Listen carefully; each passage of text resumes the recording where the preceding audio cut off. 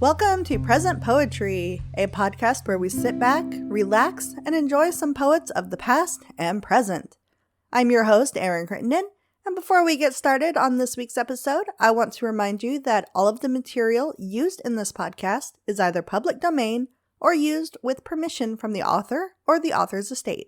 It's a fun time for all ages, so sit back, relax, and get ready to hear this week's featured poet.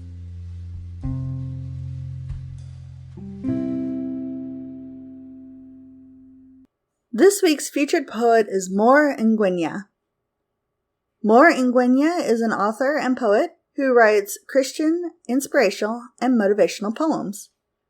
His poem Freshwaves of Spring was published in the Discourse Literary journal in May of 2024, and he has since compiled his poems into an anthology book entitled Sea Waters, which will be published by IMVP Publishers and is now available for pre-order. We are reading a few of his poems that he submitted to us through the forum at presentpoetry.com.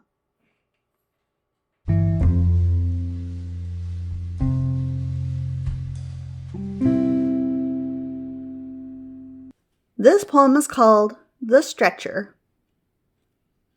Comforter to those laying in and held by white collars with rigid encroaching the sides, sliding past standing onlookers, rushing to vomit the laying and out of the stretcher. Holding all broken bones to unbolt not from the spine, metallic it is too cool to pains, of those laying in the stretcher, wrapping arms and legs at ease. Head facing up to the jolting only defines where those achings lay, the stretcher. Clothed in wheels which roll on with head pillows and bodies on, as it rushes through the wind, the stretcher.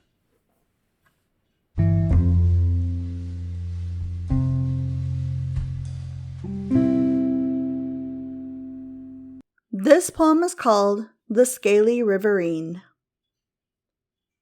Flesh embedded in shells and warty skin, with non-countable degrees of sharp pieces, venturing the scaly riverine.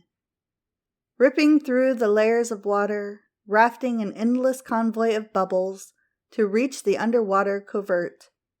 Some have clapping claws, cutting the caught prey, crippling alongside the bank, the scaly riverine.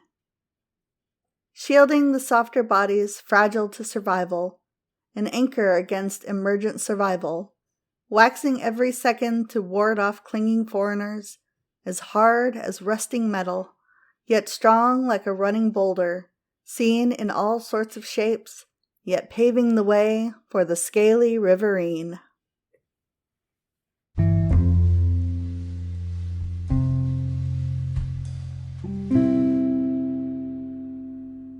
This poem is called Ancient Bread Seen No More, inspired by Exodus 16. Fluffy pieces of flour falling from the sky, picked in the morning and rotting by the morrow, eaten to survive, yet drizzling every morning, picked by hand till fingers pled for mercy. How I wish to crunch the manna.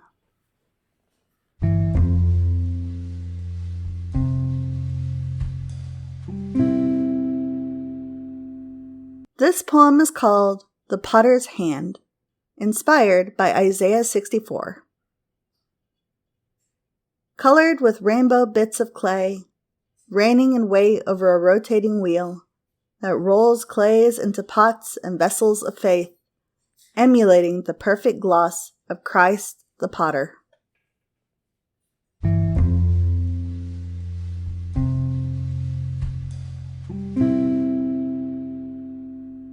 This poem is called See No More, and it's inspired by the book of Exodus. A saying that became a song to Israelites across the Red Sea after hundreds of centuries in oppression became a tale. See no more.